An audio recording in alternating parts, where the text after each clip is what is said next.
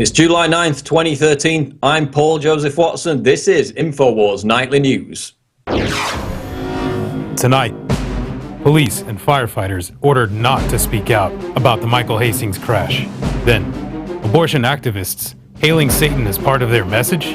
Then, Chuck D of Public Enemy breaks down the state of America. All this and more on the INFOWARS Nightly News.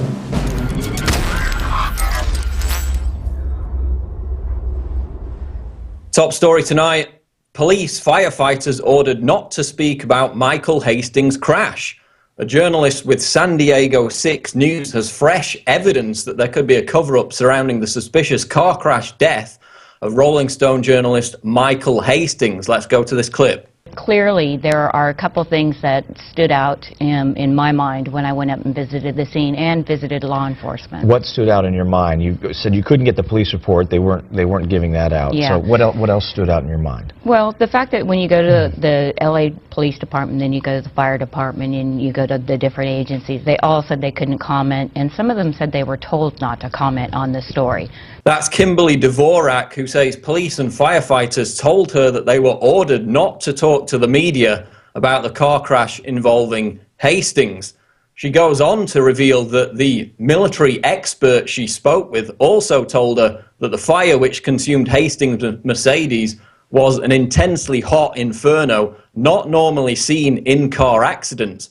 And in fact, later on, she goes on to speak about how Mercedes have acknowledged that it's very unlikely that one of their modern vehicles would burst into flames, explode in such an inferno, and yet the LAPD, which said case closed, no foul play within days of the incident, has not contacted Mercedes. They're not interested in it, even though it was a raging inferno, the car basically exploded. Extremely unlikely for a modern vehicle to do that, according to Mercedes. But the LAPD doesn't want to talk to them. And Dvorak, in this clip, also interviewed 2 physics professors who contradicted the notion that the engine, which was found 150 to 200 feet away from the vehicle, would have ended up behind the car, noting that its forward velocity would have ensured that it traveled in the same direction as the car under normal circumstances. So the fact that it's landed 150 feet behind the car in this high-speed crash is extremely unusual, according to these physics professors. And she goes on to suggest that the car could have been hacked and remote-controlled, as academic studies, which I cite in this article, have proven is fairly easily done. Of course, that premise was also raised recently by former counter-terrorism czar Richard Clarke in an interview with the Huffington Post. So, as I said, the police ruled out foul play within days of the incident, yet refused to provide journalists with a copy of the police report. And indeed are now telling both firefighters and police officers there in LA not to talk to the media about this case. Add to this, of course, the fact that Hastings' colleagues, and indeed Hastings himself, in an email penned 15 hours before the crash, spoke of him being paranoid, under investigation by the feds, and working on, quote, the biggest story yet about the CIA. Of course, we had Joseph Biggs, the Army Sergeant, on the Alex Jones Show a couple of weeks talking about that. He was a close friend of Hastings. He said the same thing. He was working on this major story right before the crash. So we're not in the realm of conspiracy theory. Hastings' friends, his wife, are all asking these same questions, even as the LAPD apparently tries to lock down access to information about this case, the death of Rolling Stone journalist Michael Hastings. We'll continue to track it as more and more suspicious pieces of evidence point towards foul play, even as the LAPD locks down the information. Abortion activist caught on camera possessed by spooky Hail Satan chant in Texas state capitol, reports Mike Adams out of naturalnews.com. You may have heard that Texas is seeking to outlaw late-term abortions, the kind of abortions that kill a nearly full-grown baby who has eyes, ears, hands, a beating heart, and can experience pain. The idea that such preborn human beings cannot be murdered at all will infuriate pro-choice abortion activists, and the true inspiration for their desire to kill babies has finally emerged. And basically, this clip shows a pro-life activist giving a speech opposing late-term abortions.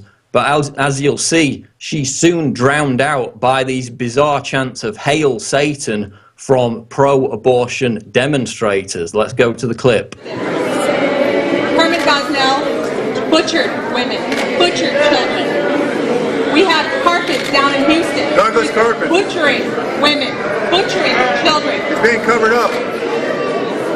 At the beginning of this year, February, 5 women died in February at a Planned Parenthood in Delaware. Do you think you hear about that on the news? No. And that goes on for another minute. There's actually a second clip where they're chanting and screaming "Hail Satan" while attempting to interrupt a chorus of "Amazing Grace" sung by the pro-life activists that were there. And after this hit the news, even Satan worshippers came out to distance themselves from the pro-abortion lobby. The UK Church of Satan tweeted, quote, "Unfortunate to see Satan's name used in such a diabolical manner." So apparently the butchering of 20-week-old children is too diabolical even for Satan, but it's considered a right by US abortion advocates. So this goes beyond the pro-choice, pro-life arguments. It's an insight into the minds of those who would kill babies after 20 weeks, despite the fact, as we know from technology that's some 10 years old now, babies show obvious signs of consciousness before that. They're making finger movements at 15 weeks. They're yawning at 18 weeks. And by 26 weeks, they're laughing and crying inside the womb. But I guess to advocate butchering them Kermit Gosnell style, as these Hail Satan pro-abortion advocates were chanting there in the Texas state capitol, is really to be expected from a crowd that we've learned is nihilistic, consumed by moral relativism, and apparently, as this clip illustrates, are in fact Satan worshippers. Moving on. Bizarre video shows cloud instantly changing shape. Let's take a look at this bizarre clip of a cloud appearing to instantly change shape in the sky. You can see it now as I'm talking. And it appears to be filmed outside. It doesn't appear to be distorted through any kind of glass screen. There seems to be a light source behind the cloud making it pulsate and instantly morph into these new weird shapes within the blink of an eye. What's the explanation? Well, theories have certainly ranged, if you read on the forums, from geoengineering to HARP to hoax video editing. But according to meteorologist Walter Lyons, the clip shows the behavior of a static electric charge inside the cloud. This is what he said to Discover magazine. What you are seeing is sunlight reflecting off ice crystal faces that are constantly being oriented by the developing electric field just above the cumulonimbus top. Then there is a discharge in the cloud and the field collapses momentarily and the crystals begin to realign again. Then this just keeps happening over and over. That's what the expert said. Whether that will satisfy some of the people in the forums, some of our viewers who are having their own interpretation of this footage, remains to be seen. But it's something that I've never seen before, and it's a fascinating clip. Moving back now to geopolitical news. Heart-eating cannibal demands Obama send weapons. This is again out of INFOWARS.com. The Syrian rebel fighter who infamously cut out and bit into the heart of a dead soldier has threatened to commit even worse atrocities if the Obama administration doesn't send the FSA heavy weaponry and impose a no-fly zone over Syria, as we know they've promised to do. In an interview with the BBC, FSA fighter Abu Sakar, who prompted international condemnation back in May when video emerged of him cutting off and eating the internal organ of a Syrian army soldier as his comrades chanted Allah Akbar, is unrepentant for his actions. Pillorying the West for doing nothing to help the rebels, Sakar complains, quote, "If we don't get help, a no-fly zone, heavy weapons, we will do worse than I did. You've seen nothing yet." So, in this interview with the BBC, the guy who cuts out the heart and eats it is actually threatening to escalate his atrocities if Obama doesn't send weapons to him and his jihadist friends, which they've promised to do. The weapons are on their way. But first, we know from a report by Reuters, which came out last night, there are congressional committees attempting to delay the delivery of weapons to these individuals who like to, you know, barbecue people's heads, ransack Christian churches, rape and murder 15-year-old girls, throw people off buildings, amongst other glorious acts, all in the name of democracy. These are the people that your taxpayer funds are going to support in Syria in the name of freedom and democracy. But as far as pretending there's any kind of distinction between the quote, good rebels and the bad rebels, which of course they tried that tactic for months, the jig is now certainly up. We've spoken about, you know, on the show many times, these people are on tape. We've got them on tape glorifying the 9/11 attacks, burning American flags, even calling their fighting unit the Osama bin Laden Brigade, vowing to suicide bomb Europe and America once they're finished in Syria. And yet there's still a debate about whether or not these people are terrorists and whether we should arm them. These are the people that your government wants to give anti-aircraft missiles to, even though they're also on tape trying to bring down commercial airliners with anti-aircraft missiles. So will the White House be able to arm the terrorists in Syria before the Syrian army manages to wipe them all out? Well, time will only tell, but according to the heart-eating cannibal, the glorious freedom fighter under the FSA, if those weapons don't come soon, then the atrocities are only going to escalate. So as Obama prepares to arm the Syrian rebels, support stateside for him continues to wane. And here's recent Rock and Roll Hall of Fame inductee Chuck D from Public Enemy with an interview. So let's go to this clip right now. All right. What's up, man? Nice to meet you. All right. How you doing? What's going on? Professor Griff,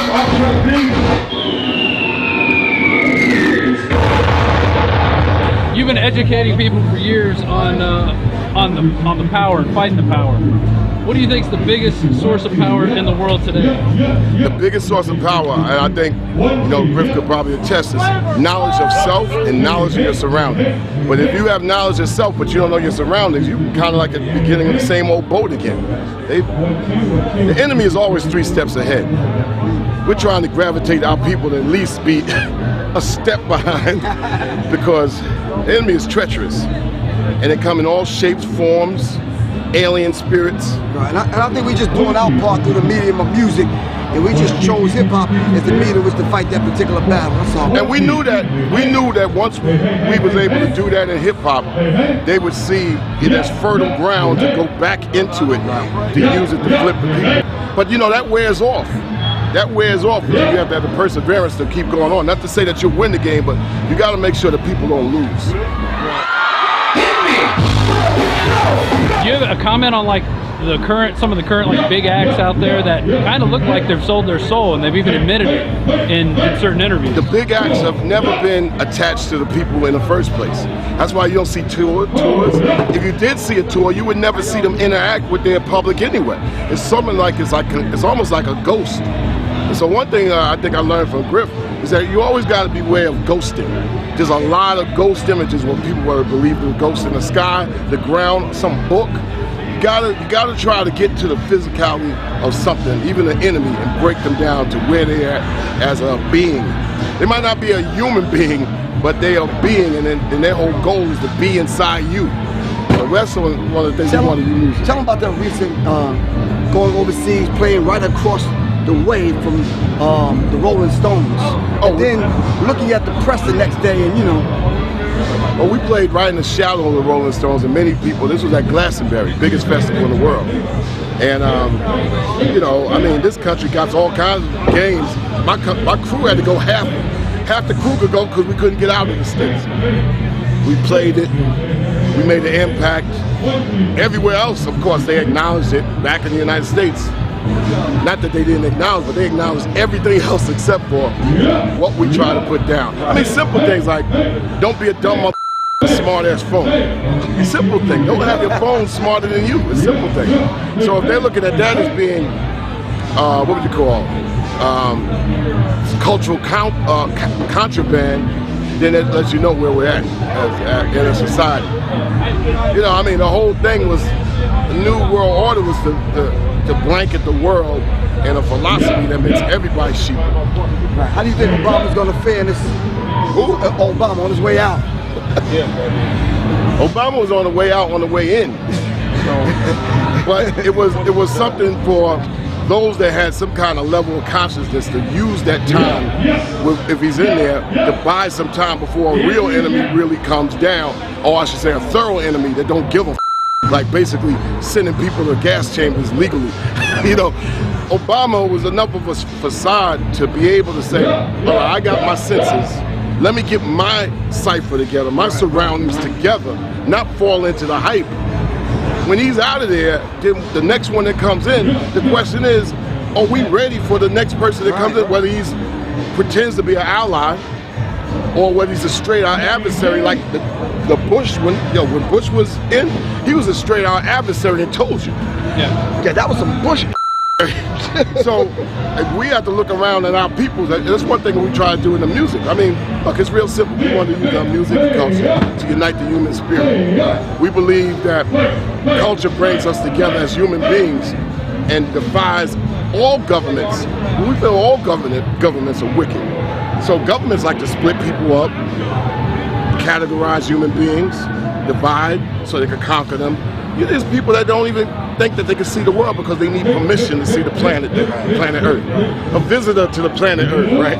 Right. Music allows you to be a visitor to the planet Earth way before the internet. That's why, you know, where we're at, just culturally, just being able to put the good seed in. So a lot of times when they say, well, public enemy is anti this, anti that, we're just anti-ignorant. We've always been about the good seed. So somebody has to clearly define themselves as the bearer of the bad seed and the bad fruit that go against public enemy. And there hasn't been anybody out there, musically or even in a country that has a clear definition on why we're the bad seed and they're the good seed. You know, we are a bunch of musicians just playing harmonica. I'm glad people that have less acknowledgement getting some credit, like my man Professor Griff. And he instituted a lot of things in rap music and hip hop that were unprecedented and still not duplicated to this day. You know, and you know, it's good to see people that have worked all these years, whether it's production like Hank Shockley, Gary G. Wiz, S1Ws, everybody to be acknowledged in it and to keep it going on. You know, people want to be appreciated for their effort. Not that everybody was looking for it. We wasn't looking for it. We came, we felt appreciative, you move on. And like I said, if we could take that one, if it was a one trophy, and we could break it in 10,000 pieces, you best believe we'd be still handing them out. Next story, US government secret move to hide files on the Osama bin Laden raid. This is an article by Mike Krieger. And he basically points out that the story behind the Osama bin Laden raid has been one contradiction after another, as we've documented on this show. Of course, we've had strong indications and testimony for years that bin Laden, in fact, died shortly after 9/11, and this was followed by a series of dodgy video and audio tapes, many of which were questioned in terms of their authenticity by respected academic bodies and other figures. You remember even Walter Cronkite, the famous news broadcaster, accused the Bush administration of staging the 2004 Osama bin Laden videotape, which came out right before the elections and was in fact credited by some as securing that election for George W. Bush over John Kerry. So we've had the, you know, the speculation about the Marfan syndrome, Osama bin Laden being on kidney dialysis, numerous reports that he had died shortly after 9/11. Then we have the so-called raid itself, the May 2011 raid on his compound in Pakistan, and his supposed burial at sea, you know, getting rid of the body quicker than Tony Soprano would, the refusal by the White House to release the images of the corpse, and of course the hoax story about bin Laden using his wife as a human shield, which came out immediately after the raid, later was proven to be complete nonsense. So now we have this the Associated Press reports, the nation's top special operations commander ordered military files about the Navy SEAL raid on Osama bin Laden's hideout to be purged from Defense Department computers and sent to the CIA, where they could be more easily shielded from ever being made public. Secretly moving the records allowed the Pentagon to tell the Associated Press that it couldn't find any documents inside the Defense Department that AP had requested more than 2 years ago, and could represent a new strategy for the US government to shield even its most sensitive activities from public scrutiny. So, taking the NSA's line of logic, if you've got nothing to hide, then why not release the records? Why have we heard fanciful tales about bin Laden, the latest being this bizarre story about him being stopped for speeding in Pakistan, yet no hard evidence that any kind of raid which took out bin Laden actually took place in that area of Pakistan? And now an attempt to hide what really happened from public scrutiny by having files removed from the Defense Department computers and shifted over to the CIA. You don't have to be a conspiracy theorist to accept there's something about the supposed bin Laden raid which the White House doesn't want you to know about. Moving on to technology news now. This is out of Natural News. 3D printing machines are printing bananas and mushrooms for consumption in space.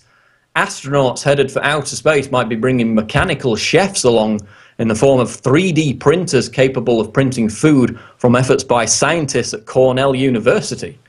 Gel-like substances called hydrocolloids, altered with varying flavored agents, are producing food with different tastes and textures when printed. This could eliminate waste and space occupied by pre-packaged food containers. And did you know that this team at Cornell University has already been successful in printing fake bananas, mushrooms, and mozzarella cheese that closely resembles and tastes like the real thing? That's how far they've got along with this amazing 3D printing technology. And given Moore's law, before we know it, everyone's going to have a home kitchen 3D printer. Within 5 to 10 years, Cornell's talking about the fact that the technology will be perfected to the point where you won't even be able to tell the difference between the real and the printed food. And eventually, of course, according to futurists, we're going to be printing entire houses and vehicles. As we saw, though, with Homeland Security targeting defense distributed with a 3D firearm, when people use this technology as a tool of self-empowerment, the state doesn't like it. Same with the internet. Same with any emerging technology. The technology itself is neutral. It can be used for good or bad, but the establishment wants to seize and maintain the power to decide who can use it at all. That wraps it up for the news, but we're going to cross to Alex Jones now for a special interview with Adam Kokesh, who of course staged a bold open carry protest in Washington, D.C. this past July 4th. So here's Alex with Adam Kokesh. Now you can watch the INFOWARS Nightly News streaming live as it happens for free. Check it out at infowars.com/show.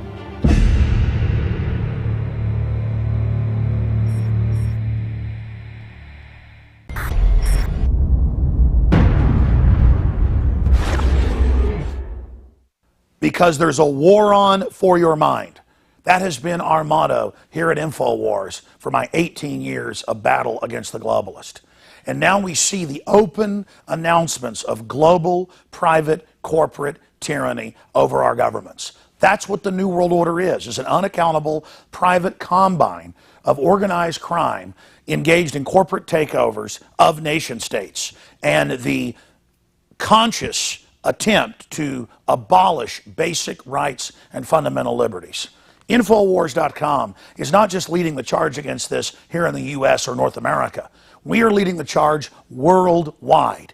And that's because our listeners, our viewers, our supporters, fellow freedom lovers like you across the planet resonate with our message of liberty and telling it like it is. And that's why for the last 2 years especially, I have thrown everything I've got, my time, my energy, our backup capital, everything into really trying to awaken the sleeping giant that is humanity. And that's why the July issue that just came in a few days ago is so important. We've already sold about half the stock we have of it at cost in groups of 10 up to 100 in bulk. It covers the entire NSA spy grid, how it ties in worldwide, how it's not about stopping terrorists, but about suppressing and dominating and controlling the free press and political opposition. And in this magazine, we don't just have 3 free bumper stickers like I did a few months ago. We have 10 bumper stickers, 4 full-size ones, with amazing messages guaranteed to get people thinking like America has been occupied by globalist forces. INFOWARS.com. Listen to Alex Jones at INFOWARS.com. INFOWARS.com. Forbidden information. Listen to Alex Jones. INFOWARS.com. And then on top of it, 6 medium-sized bumper stickers with the message as well. These are key to post in legal and lawful areas on your book bag, your computer, your car, or to give friends and family. I have printed 500,000 of these bumper stickers. Only half of this month's run of magazines has them.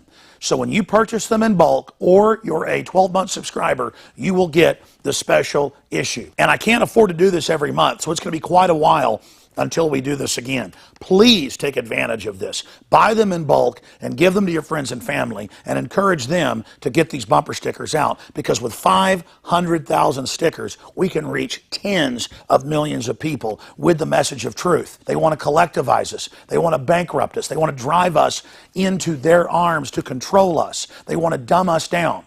But the sleeping giant that is for humanity is awakening.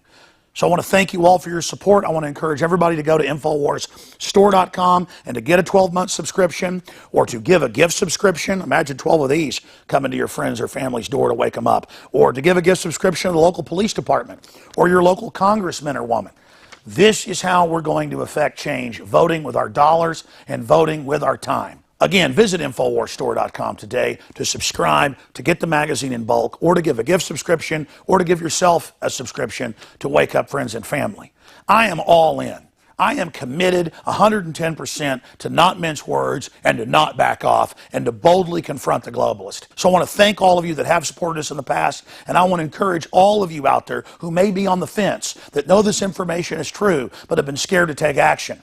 You had better be scared of not taking action and letting this monstrous system come to fruition. Now is the time to commit. Now is the time to say which side of history you're on. Now is the time to stand against the globalist and the New World Order. And regardless of whether you get this July issue, this July 4th Resistance to Tyrants issue, spread the word about liberty, resist corruption in your area. Millions of us doing little things can move mountains together. I'm Alex Jones signing off for InfoWars.com and the InfoWars team.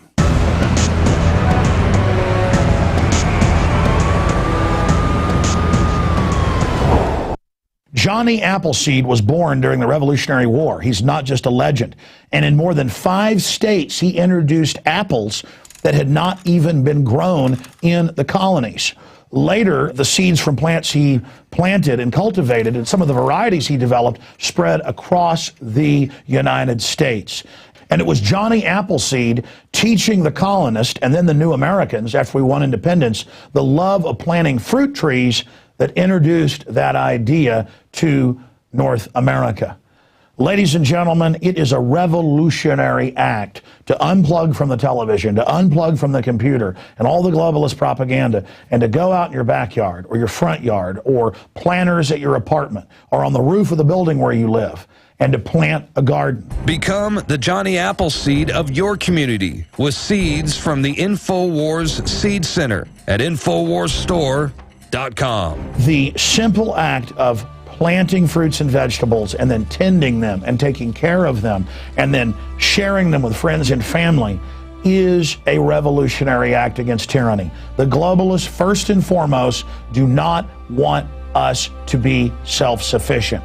The crony anti-free market capitalist, the fascist, are using socialism and collectivism to shut down societies. Stalin in Poland and in Ukraine and other areas, starved on record more than 10 million people over 5 years by not letting them grow their own crops and collectivizing them. Mao killed between 65 million and 80 plus million people doing this same thing. The UN says they will use food as a weapon. They use genetic evil to attack the earth, and major GMO companies have been caught going into growth belts around the world, even where GMO is illegal, and planting seeds everywhere to infect the genetics of the original crops. Almost all of the thousands of varieties of Mexican corn has been infected. They are in a genetic war against everyone. That's why we have to get these seeds and not just plant them on our own gardens and not just give them as gifts to friends and family to plant spring and summer and fall gardens. I'm calling on you to go out into the green belts, to go out into the areas and plant secret gardens. No, not of marijuana, but of the hundreds and hundreds of incredible high-quality vegetables and herbs and fruit plants that are here. Lemons and oranges, the list goes on and on. They will grow, plum trees, grape trees, they will grow almost everywhere in the U.S. We can literally, not just buying these products from InfoWarsStore.com, but from wherever you get them. This aggressive program literally just came to me one morning when I woke up about 4 a.m. realizing that we've got to counter their genetic war against us with original, real crops developed over eons on this planet. We have the lowest prices. We bought it in the biggest bulk that some of these companies have ever seen to ship this directly to you from the InfoWars Command Center. We stand for life. We stand for liberty. We stand for self-sufficiency. Go to InfoWarsStore.com, click on the Seed Center, and as of taping this, we have the 7 top respected brands. We intend to continue to do research and find other companies, other specialties, other varieties to really take action. The InfoWars Store Seed Center has the largest online selection of heirloom, non-GMO seeds. Check out these products from our newest supplier, Heirloom Organics. The Medicine Garden for a natural remedy. The Tea Garden that contains every important tea herb you can grow. Fruit Lovers with 12 varieties. And the Tobacco Pack, additive and pesticide free. Join the gardening revolution today at InfoWarsStore.com. This is a revolutionary action we're asking you to take. Plant seeds everywhere today. Nurture them, bring them to fruit, and pass on the knowledge to others. Become human again. Discover your roots in the soil. And remember, the revolution against tyranny is growing.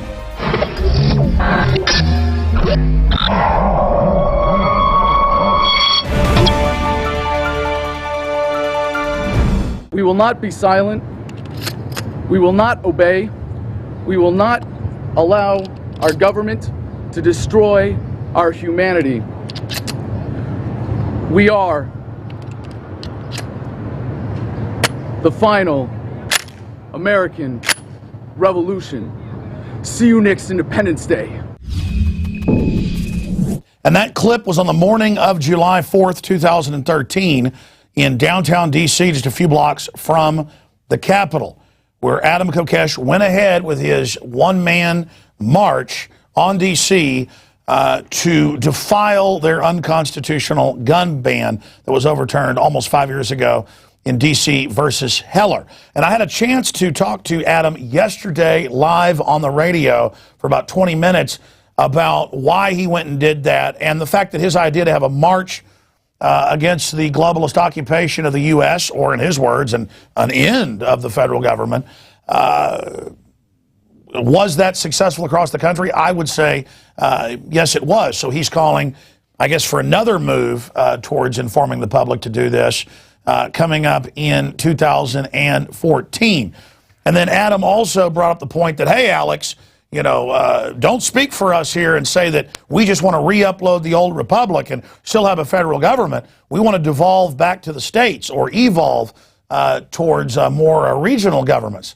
Look, my whole issue here is I'm not telling people what we should do. I'm not saying specifically that everybody should follow my ideas. I'm just pointing out our federal government has been conquered by a bunch of foreign offshore banks that are establishing classical tyranny in this nation. Sure, last year it made national headlines I called for a second American revolution against the globalist to have the states withdraw out of the fraudulent federal government and then make a decision on what we constitutionally wanted to do or what the people wanted to do. So in a way, what I'm calling for historically from a research perspective is pretty similar to what Adam's calling for. So I want to let him today really flesh out what he's calling for. I'm just trying to get a debate going about all of this, and that's why we have him on. That's why we've tried to give him a forum here with our audience to discuss it. And it is a complex issue. This is not, simple stuff like Trayvon Martin, George Zimmerman distraction in the media or the latest kidnapping. This is a real geopolitical situation we're talking about because the United States, like it or not, is connected to this artificial globalism that's been created. And the globalist might also, this is one of my questions for Adam, use the breakdown of the occupation federal government as a pretext to come in and try to take over the states. So we'll get Adam Kokesh's take on all of that. Adam, thanks for joining us. You heard my diatribe there. Present to us your case, exactly what you're saying specifically, and what type of system you're putting forward or the type of debate that you're trying to foster. Sure, Alex. Thanks for the opportunity. I really appreciate the chance for this more relaxed conversation and talking about these deeper issues. And as you put it, the geopolitical issues that do come into play when we talk about the revolution that is impending in America. And I just want to reiterate, first of all, what we're saying, and I think you would join me in this, is that we can do things the easy way or the hard way. And the hard way is to keep our heads buried in the sand and wait for the inevitable collapse points and the tumultuous decline of America that may have some violence and pull the rug out from underneath a lot of people in a very dangerous way. The easy way is let's pay attention, let's take drastic action that's appropriate to the situation, and let's really take advantage of this opportunity to move humanity forward. We are calling for the abolition of the United States federal government, and what we replace that with is state governments. And it's not that it's to replace everything that the federal government is doing. We're not suggesting that there be 50 NSAs and so on, but that we have a return to that at least local kind of sense of self-government that we once had in this country, and to move humanity forward, because in the ultimate progress, what we're looking for is an evolution towards self-governance. And I believe that that is the inevitable course of human history, and that is our destiny as a species, to achieve self-governance, to achieve a state in which every human being decides that they want to be the alpha of their own lives. And so when we talk about the ultimate goal of abolishing all government, it's to replace it with self-rule and a voluntary, peaceful society. So I understand the considerations for thinking that maybe there are advantages to being a part of a larger government or a bigger collective, but really the way we make progress is by moving power locally and moving it down in the direction of the individual. And so that's what this is about for me. I wouldn't want to cut out 97% of a cancer and say, well, let's just get back to constitutional government, because it's going to grow back. And democracy itself is what we're talking about getting past here. This idea that human beings should pick leaders for each other, and that a majority, by virtue of just being the majority, can come up with an excuse through that and through a government to impose its will on the minority or everybody else, as you know, leads to the kind of corruption we see today. And I would say that that's inherent in the system, because politicians will inevitably promise something other than what they're going to deliver, which is the special interests that they plan to serve. And that's what ends up happening every single time. And until people say, well, we're not going to give this power arbitrarily to any kind of leadership, we're not going to demand our own self-governance, we're going to have all of these problems. But right now, we see this particular level of government at the United States federal level coming to some dangerous points of collapse. And I think we can really move people to get behind this simple call. And that's why we're working towards this for next year. What we did this past Independence Day was fundamentally change the conversation by starting people to talk about this.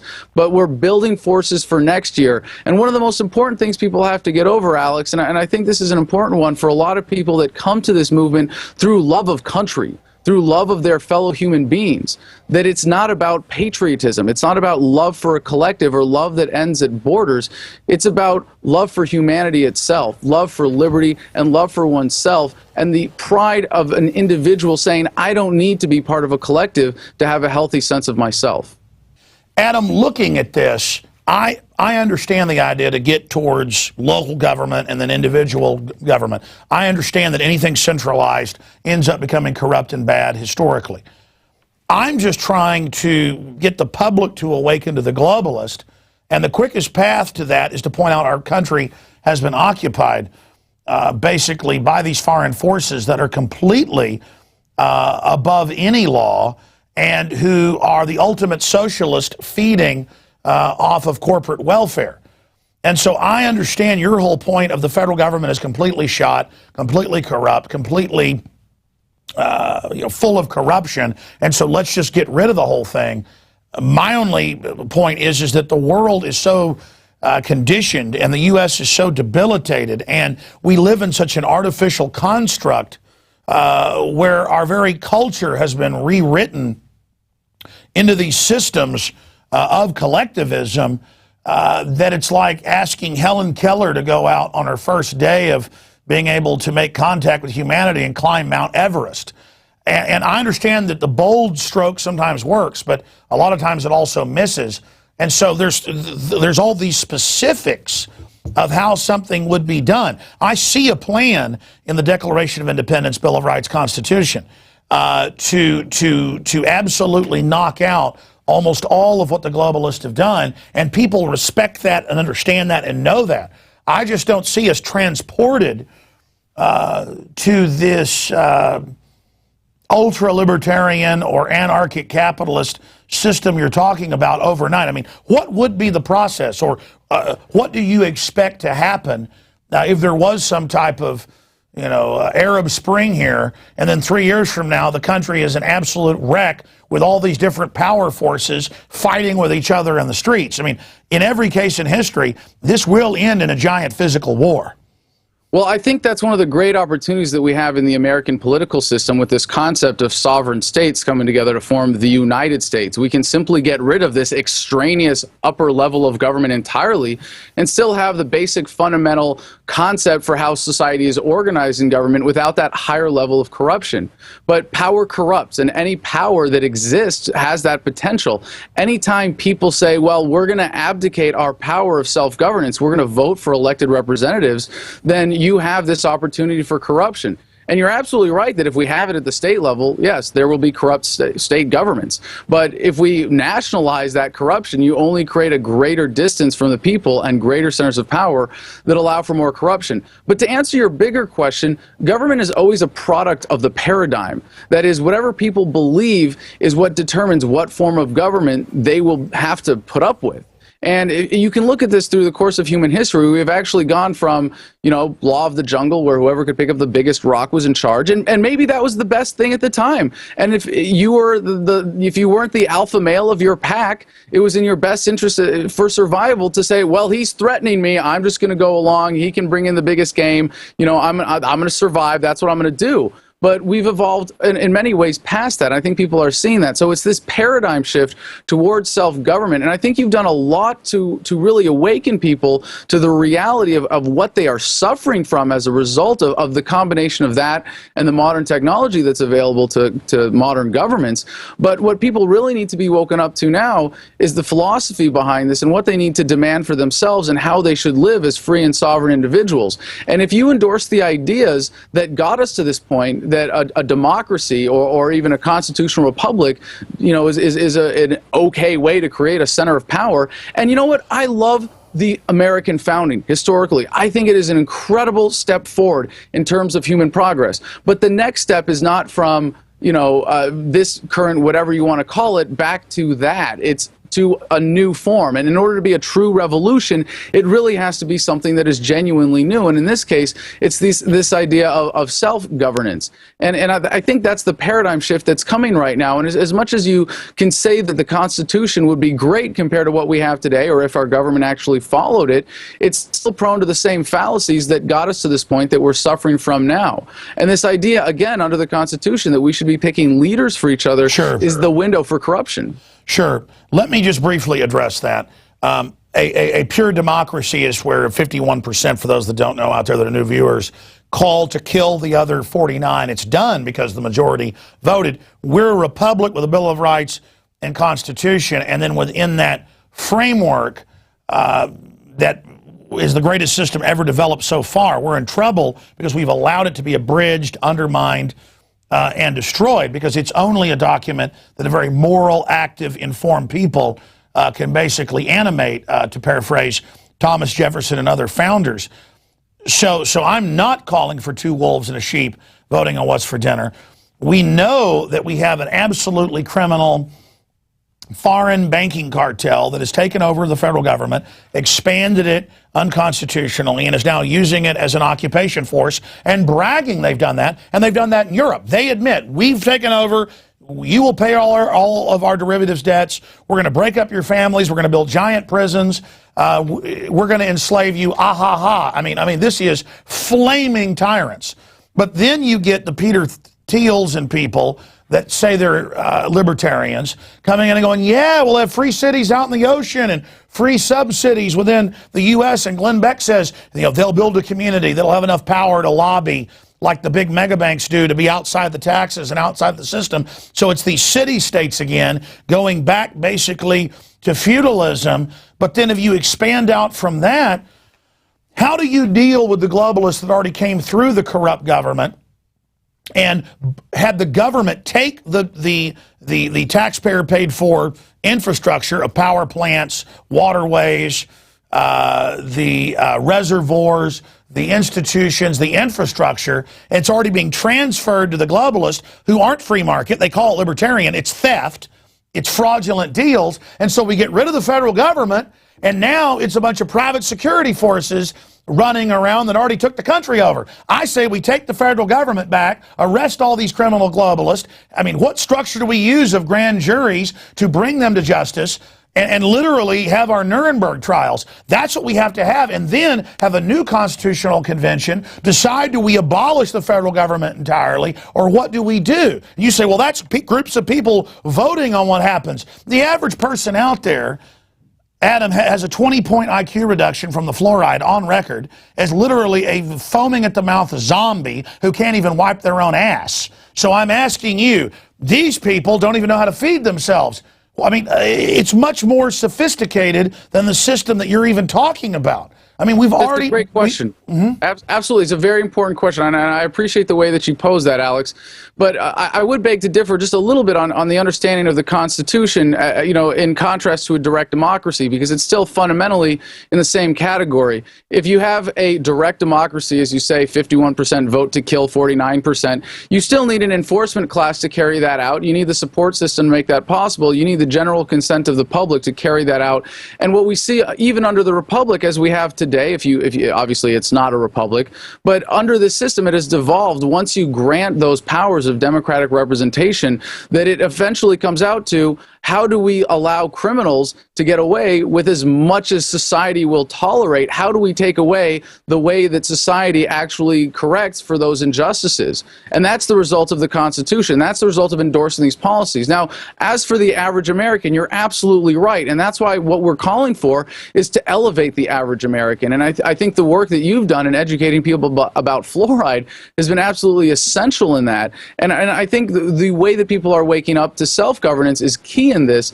But in terms of the how, I'm really not too concerned about the exact mechanics, and I'm really not too concerned about redistributing the wealth. And I think one of the things that we have to acknowledge, if we want real freedom, is that we're going to have to give up some materialism. We're not going to ever have perfect justice. We're never going to have a perfect redistribution of wealth based on, well, that was granted by government unjustly to some private interest or to some corporation or whatever the case may be. But that's also one of the advantages of what I'm proposing, is that property can be reclaimed by states and local governments in the process of decentralization. I think really this idea of localizing power is the best mechanism of doing it. Obviously, one of the things we have to do is get people off fiat currencies. Getting rid of the federal government means getting rid of the dollar as the world reserve currency, getting rid of the dollar entirely.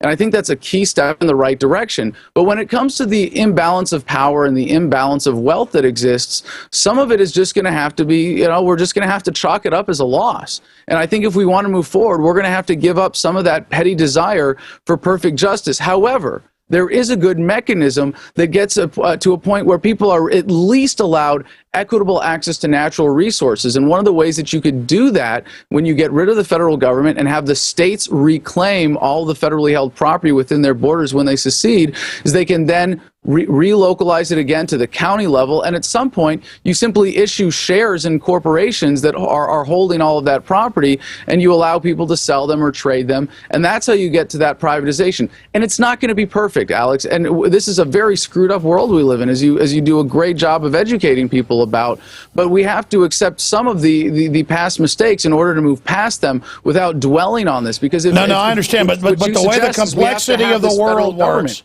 the way the complexity of the world works is that the organized gangs, the big corporate gangs that set up the New World Order, the ones that have occupied the government, yes, what's going to happen to them? Because you're going to get rid of the federal government. They've already bought everything up and taken everything over through the federal government unduly. So now we just get a global government? Because let me tell you what the banksters are doing. They're actually getting rid of government in Europe because they already used it to take everything over, and now they're the government.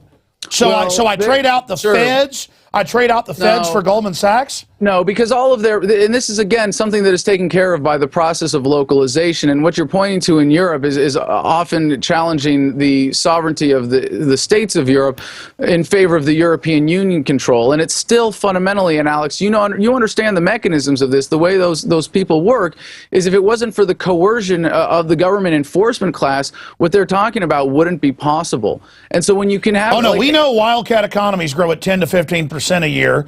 Globalist economies are basically negative except in certain sectors. Look, I agree with a true laissez-faire, open, free society. The problem is that they always have a version of laissez-faire that are these big insiders who only want laissez-faire for them and nobody else.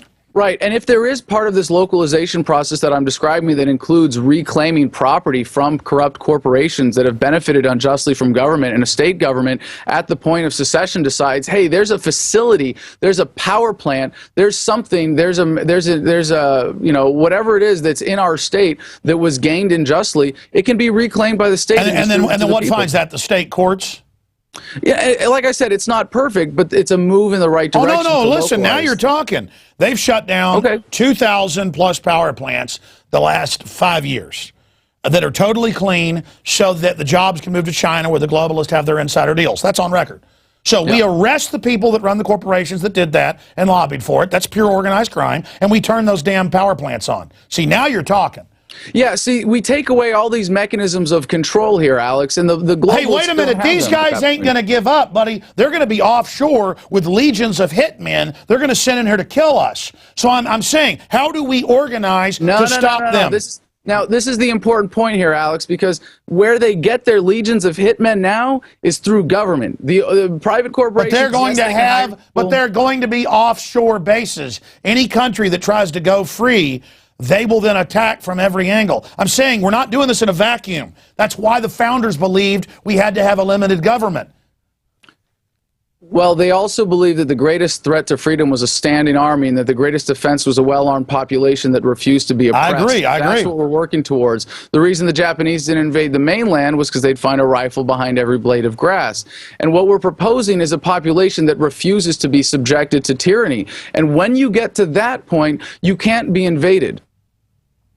Well, I know this. We're in the clutches of the globalists. Can you agree with me that we're not even talking about the federal government and that it is more popular to say we have an occupied globalist government by banksters? Absolutely. Let's take the federal government as it exists away from them. Absolutely. Did you read...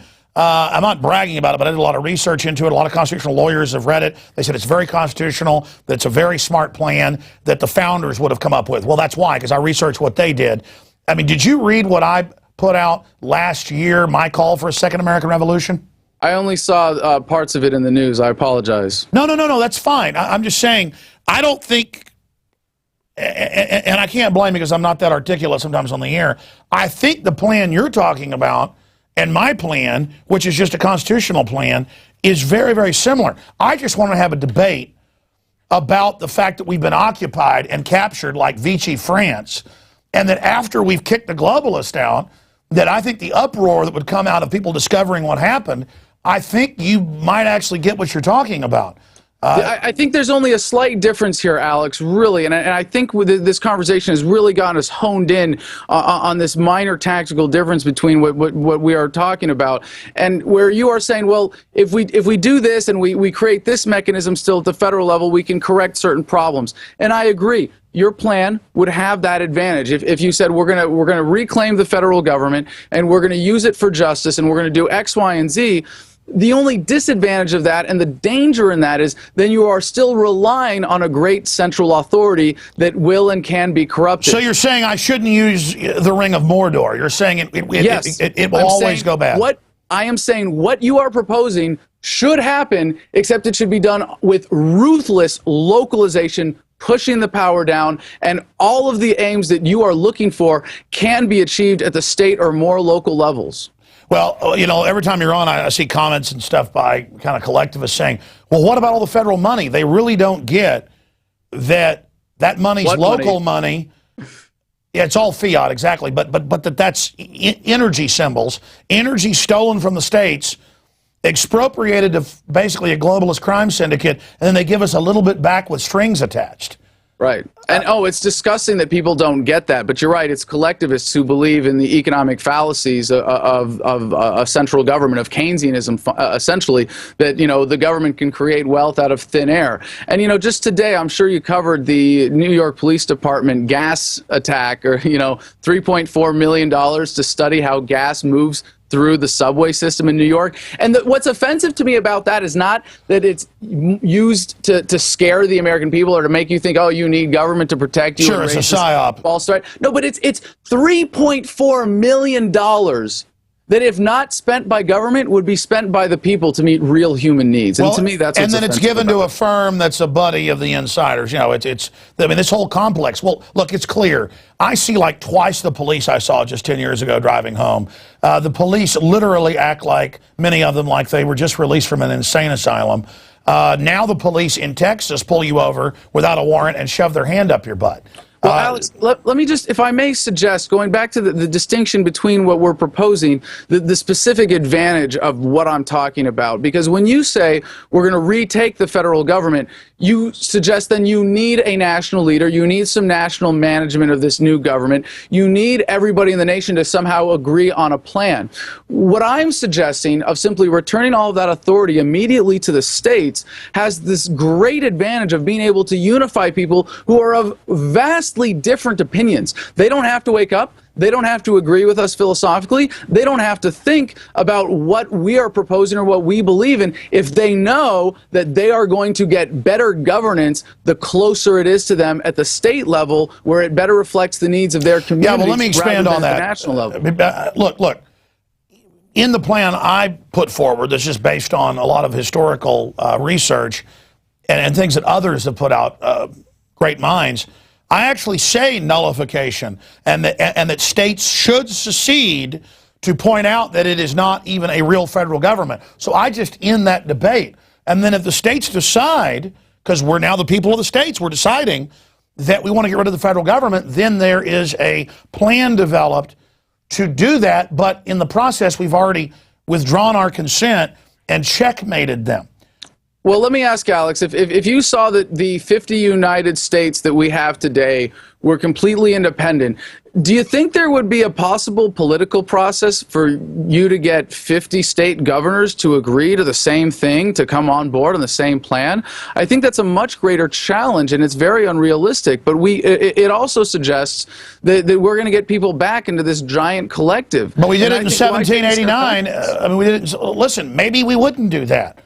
The whole point is the Declaration of Independence says it's our right, our duty, to abolish the forms we become accustomed to. 1789 was a step backwards from the Articles of Confederation. Where I agree with you. Local autonomy. Listen. Hey, I'm trying to go with something that I believe people would actually. We're already occupied by the New World Order, and they're trying to mop up the free press and shut down whatever's left.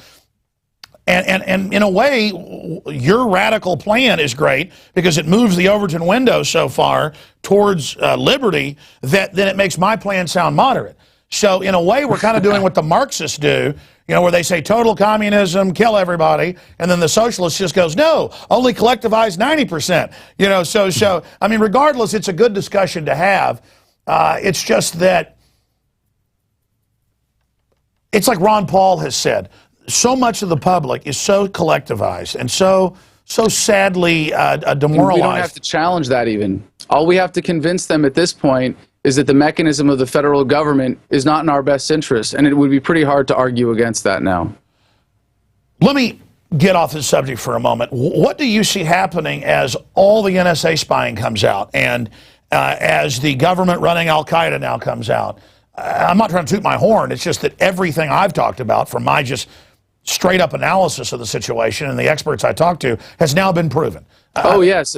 I saw it coming, too. I'm sure your analysis goes way further back than mine, but I assumed since I was an activist in 2007 that everything was being recorded, and it's not hard. I mean, it's not that hard to predict when you see the technology available that governments are going to abuse exactly. So the government's in a technological buildup against us, knowing that collectivism and centralization always fails. They've said, they call it the final revolution, where they're going to amass such tyranny we never escape.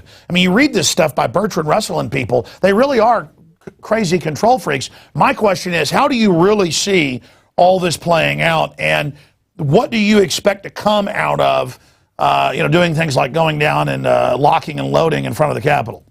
That's a great question, Alex, and it really does feel like we have the destiny of humanity in our hands right now. Not just you and I, but all the people that are addressing these issues and are looking at this. And it does feel sometimes like it could go one of two directions, either to freedom or fascism.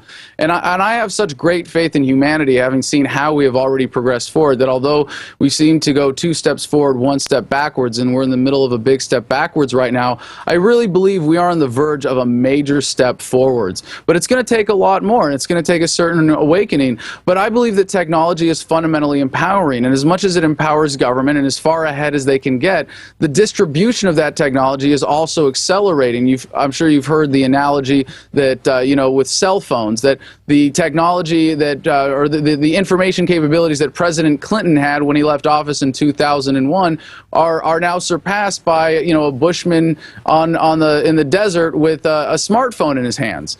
And in that sense, the technology is also distributed a lot faster. You know, it took, you know, decades before the printing press had a worldwide impact. So I believe that technology is empowering, and empowerment leads to liberty because it leads to the assertion of self-ownership. Now, just yesterday, to answer your original question about the spying, I went to the White House, and it was in between interviews I had in D.C. with, you know, the mainstream media ditto heads, and I took some time out to do some man-on-the-street interviews, and I wanted to ask people how they felt about being spied on. And my brilliant girlfriend suggested that I ask people for their cell phones. And so I went up to people and it started with, hey, what's your name? Where are you from? What are you doing here? And then, can I have your cell phone? I just put out my hand. And I interviewed at least you know, a dozen people, and every single one of them questioned as he was handing me his cell phone, and I didn't answer. I just ignored it and kept going. Every single one of them handed me their cell phone, and I just started going through it. Oh, you've got a text from so-and-so? That sounds suspiciously terroristic. I'm going to have to put this in my pocket, take it back to my studio, and download it for you, you know, and we'll get it back. And, you know, it's for your own safety. It's for, you know, and humanity really, again, the paradigm determines the system of government. And also, there was one thing that Marx got very right, which was that technology determines systems of social organization more than any individual political will. So I really believe that with or without us as individuals, humanity is evolving to this point. And when we get to this technological state where everybody has access to this technology, and remember, millions of people throughout America even don't have access to this technology, let alone know how to use it or apply it or to see the implications or to listen to great productions like the INFOWARS Nightly News with it. But already, many people are waking up more than ever before because this technology allows people like you and I to do what we're doing. Sure. Well, what I've found the biggest issue is people are either awake or they're getting deeper in a trance. Medically, the brain waves are lower. The TV heads, especially mainline TV viewers, are in a suspended disbelief. And that's why, like a magician can say, you take a bite of this apple and it's really a potato, they taste an apple. The public is highly suggestible. And that's how you or Mark Dice or my crew can go out and say, let's put all conservatives in FEMA camps for Obama. And if it's, however, historically, think about how less open to suggestion humans are because of the knowledge available. Think back just a few thousand years. You could tell people that the Earth was flat, despite evidence that they could see right in front of them of the horizon disappearing. You could convince most of the human population. Sure, Adam. What I'm getting at is that those people just took. You were confident. You said, "Give me your phone," and they did it. It's the same reason criminals come and say, "Give me your watch." Oh, the guy gave it to me, officer. And cops pull over and go, I'm going to search your car. I'm going to take a blood sample now. Yes, sir. I'm going to stick my hand inside your body. Yes, sir. I'm saying, what I'm seeing, Adam, is a breakaway. It's still not nearly as bad as what we had just 60 years ago with the world wars. And I mean, even the wars now, the excuses are harder to get people to fight. Or they would tell black people, you got to sit at the back of the bus. Right. You can't convince people to enforce stuff like that anymore. And I think while you can say that the growth of government is continuing exponentially, largely because of technological reasons, industrialization, things like that, what you can convince people of is getting to be less and less. No, I agree with you. I'm not giving a negative view. I'm saying there's a dichotomy. There's a purification process. You're either getting more mindless, more unconscious, or more awake, more informed. Even then, you know, I understand what you're saying. I think that's part of a temporary step backwards as people get fluoridated and dumbed down and obese and things like that. But even the dumbest, most propagandized American in that state can't be convinced that the world is flat. And I really believe that unless that was a universal thing, Alex, unless it was every last man, woman, and child in that state, you know, they can still look to people who are free, who are happier. And I think this is so important about my message personally, that being enlightened to these facts means you get to live better as a result. You know, if being a libertarian means you're going to be miserable, then you shouldn't be doing it. Or you're, I totally agree with you. And I think it's essential that people that are awake not just watch my show or your show, they go out and be leaders themselves. That is the absolute essential here. Leaders by example, by living well. Let me go back to something here at the end. Are you noticing, though, that more, either police, where the rubber meets the road in government and the people, collectivism and the individual, either they're waking up and withdrawing their consent quietly, because I'm running into a lot of cops that are awake now more than ever, or they're going more insane. And like I said earlier, now they're going to, without warrant, stick their hands in our bodies. I mean, this really shows the logical fallacy of government worship, and how have they gotten so whacked out? What's your take on those videos that are coming out? Oh man, that is such a deep topic and a very important one, because the relationship of the government with the enforcement class and the general population really does serve as an important indicator about the status of government. And I think right now with the size of government, they're able to significantly isolate people from the general population. But I've thought about this extensively in military terms, being a combat veteran myself. The only way that you could get troops to go and fire on innocent Iraqis was to dehumanize them, to separate them. And similarly, the police have to have that kind of mentality in order to commit these atrocities that they commit in the streets of America every single day. And there is that dehumanization that takes place. Oh, you're just a citizen. Oh, you're just a subject, that kind of thing.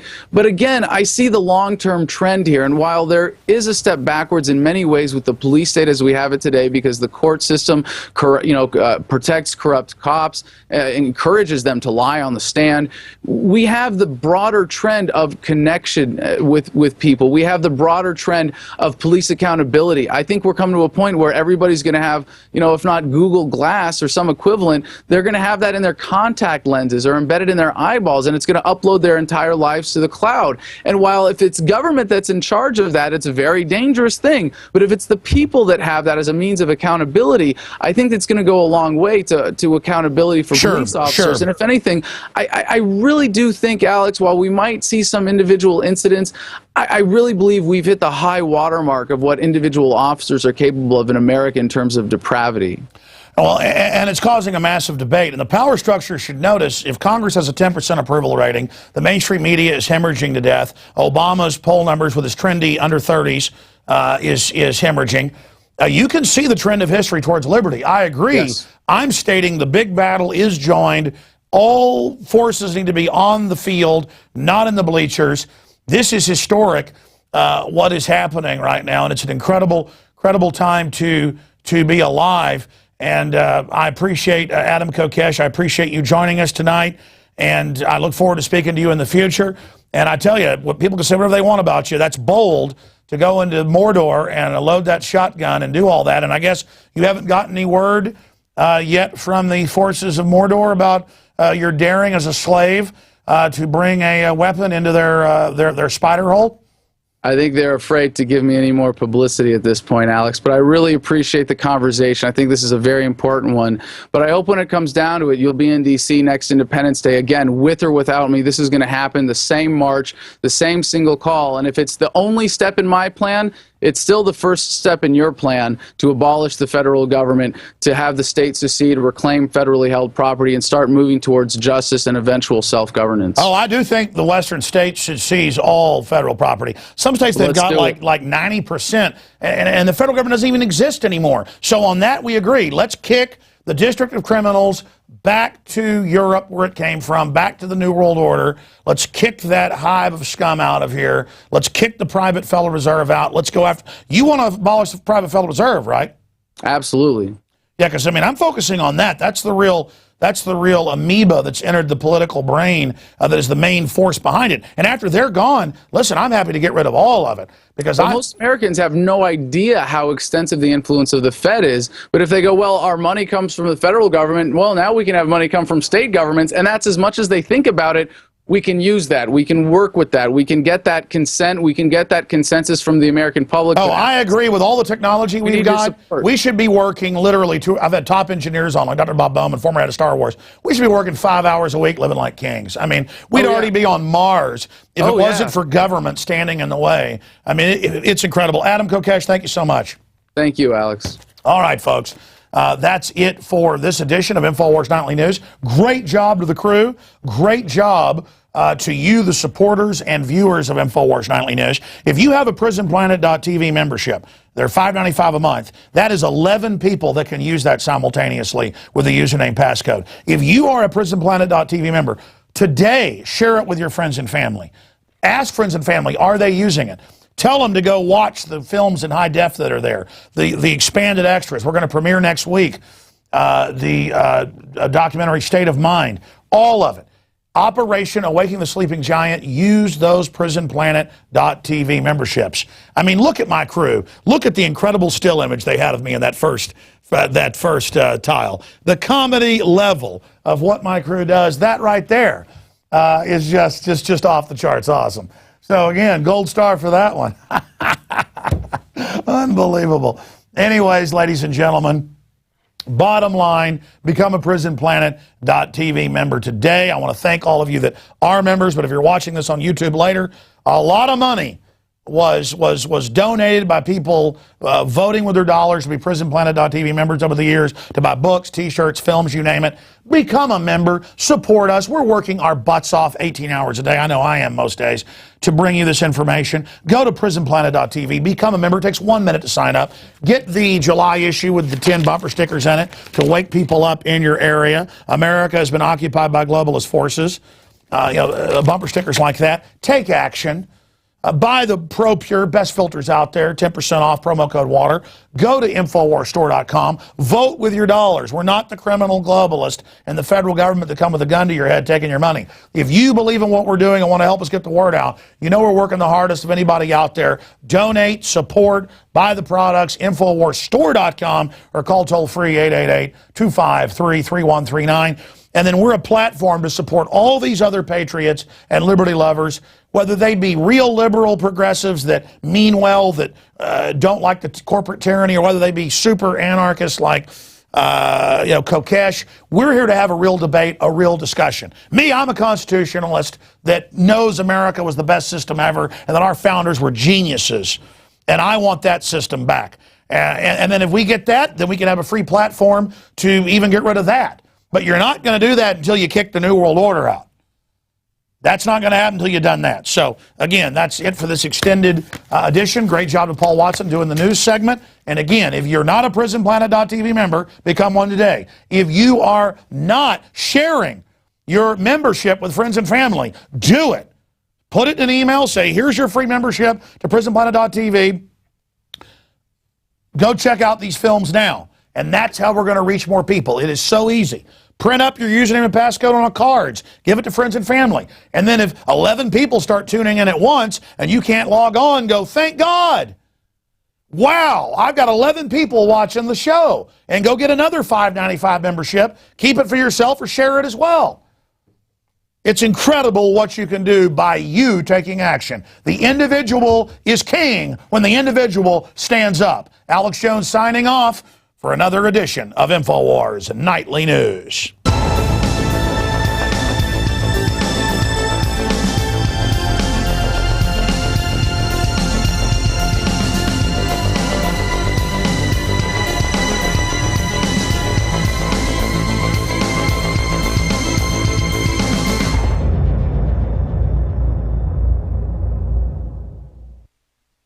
Now you can watch The Alex Jones Show live as it happens at Infowars.com/show. You'll find links to all of our content there and a free 15-day trial for Prison Planet TV. More than 60 movies and documentaries all in one place at Infowars.com/show.